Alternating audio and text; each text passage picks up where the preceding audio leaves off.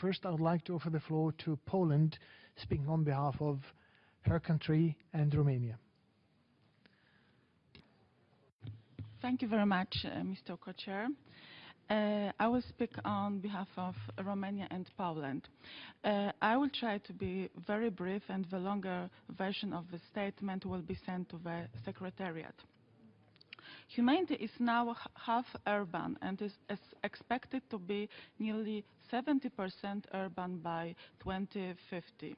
The majority of the population growth is the result of the rural-urban migration, which is mostly taking place in cities in developing countries, most notably in Africa and Asia.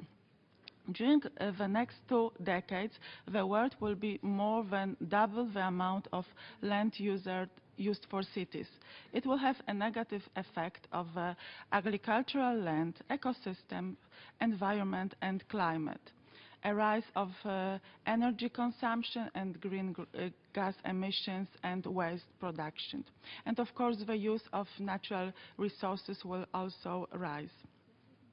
It will also lead to the segregation of marginalized socioeconomic groups, especially poor people, people living with HIV/AIDS, ethnic groups, migrants, and LGBT.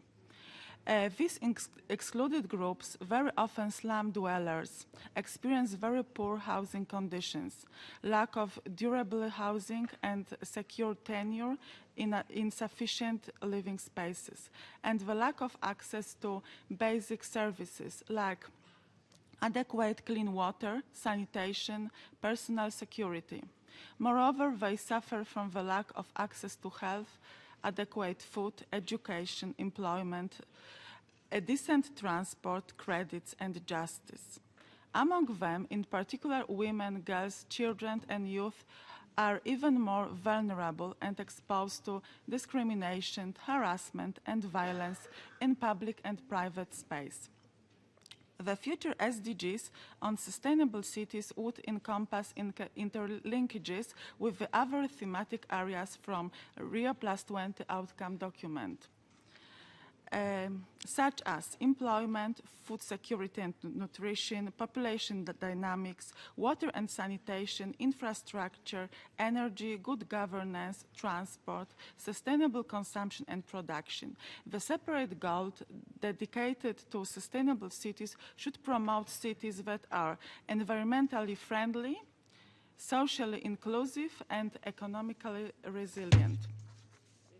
Cities are one of the important cross-cutting areas which should be reflected in the following targets: eradication of urban extreme poverty, food security and nutrition, protection of climate and biodiversity, sustainable management of natural resources, reducing urban sprawl and proportion of people living in slums, ensuring universal access to basic urban services, adequate housing, fresh water, sanitation, waste management, low-carbon energy, energy-efficient infrastructure and transport, green space, healthcare and education, reducing rate of urban violent crime, promotion of job creation, in particular for youth and women, promotion of sustainable consumption and production, promotion of local and regional governance,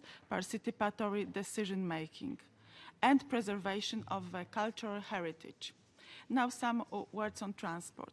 Transport is a key driver for poverty reduction and social inclusion, provide mobility for all groups in a society, and is central to the development and rural and urban areas, and thus to their poverty eradication, inclusive economic growth, and improvement of life quality.